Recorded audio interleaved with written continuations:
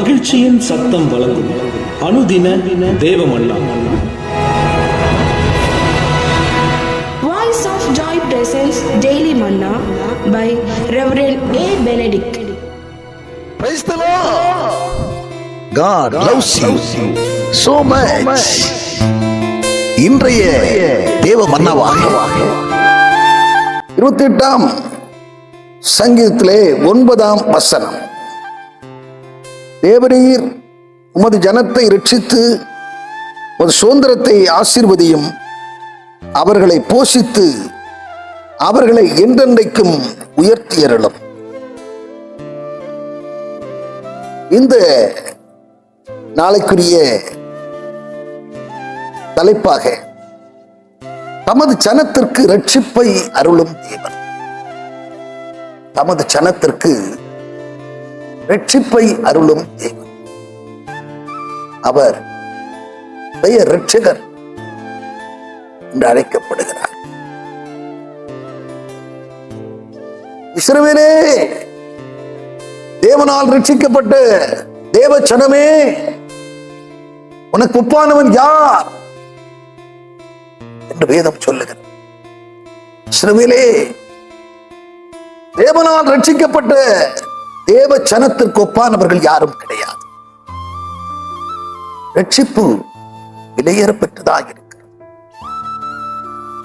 எனவேதான்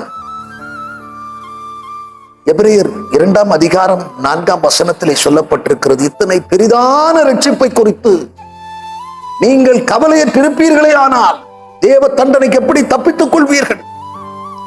ரட்சிப்பு விலையேறப்பட்டதாக இருக்கிறது. தேவனுடைய பார்வைக்கு அது மிகவும் அருமையானதாயிருக்கும். ஆண்டவர் சொல்லுகிறார், ஒருவன் இந்த உலகத்தை எல்லாம் ஆதாயப்படுத்திக் கொண்டாலும் தன்னுடைய ஆத்துமாவை நஷ்டப்படுத்தினால் அவன் ரட்சிக்கப்படவில்லை என்றால், அவன் மீட்கப்படவில்லை என்றால், அதனாலே அவனுக்கு பிரயோஜனம் என்ன? மீட்கப்பட்டவர்கள் சீயோனுக்கு திரும்பி வருவார்கள், சந்தோஷமும் மகிழ்ச்சியும் அடைவார்கள். நித்திய மகிழ்ச்சி அவர்கள் தலை மேல் இருக்கும், சஞ்சலமும் தவிப்பும் அவர்களை விட்டு ஓடிப்போகும். ரட்சிக்கப்பட்ட தேவ பிள்ளைகள் ஏன் பாக்கியவான்கள் எனப்படுகிறார்கள்? அவர்களிடத்திலே சஞ்சலம் இல்லை, தவிப்பில்லை. அவைகள் எல்லாம் அவர்களை விட்டு ஓடி போகிறது. எனவே பிலிப்பியர் 2ஆம் அதிகாரத்திலே 12ஆம் வசனம் சொல்லுகிறது, நடுக்கத்தோடும் பயத்தோடும் இந்த மகா பெரிய ரட்சிப்பை நீங்கள் நிறைவேற்றும்படி பிரயாசப்படுங்கள். ரட்சிப்பு நிறைவேற, தேவனால் அருளப்படுகிற அந்த ரட்சிப்பு நிறைவேற பிரயாசப்படுங்கள். எதுக்கு பிரயாசப்படவில்லை என்று சொன்னால், ரட்சிப்பு நிறைவேற பிரயாசப்படுங்கள். ரட்சிப்பை குறித்து சிந்தையாயிருங்கள். அதே போல பெற்றுக்கொண்ட ரட்சிப்பிலே நிலைத்திருங்கள். ரட்சிப்பை இழந்து போகாதீர்கள்.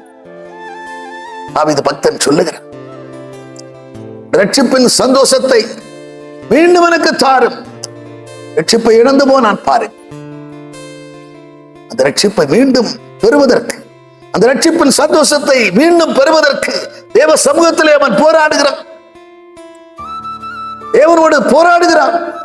எனக்கு அந்த சந்தோஷத்தை மீண்டும் தந்திரலும் ஆண்டவரே என்று சொல். அன்பான தேவச்சனமே, ரட்சிப்பு வெளியேறப்பட்டதாயிருக்கு. ரட்சிப்பை பெறுவதற்கு பிரயாசப்படுங்கள். ரட்சிப்பிலே நிலைத்திருங்கள். இதுவரை ரட்சிக்கப்படவில்லை என்று சொன்னால், ரட்சிக்கப்பட நீங்கள் வாஞ்சியுங்கள். ரட்சிக்கப்படாதவர்கள் நித்திய வீட்டுக்குள்ளே பிரவேசிக்க முடியாது பிரியமானவர்களே. எனவே அந்த ரட்சிப்பின் அனுபவத்திற்கு நேராக கடந்து வாருங்கள்.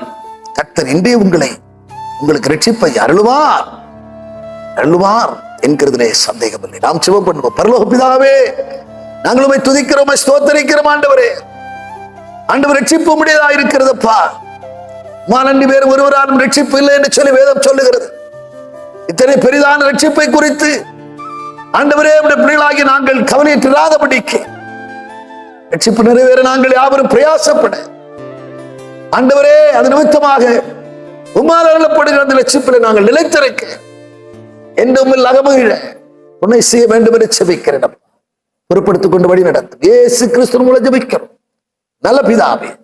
ஆமென். ஆமென்.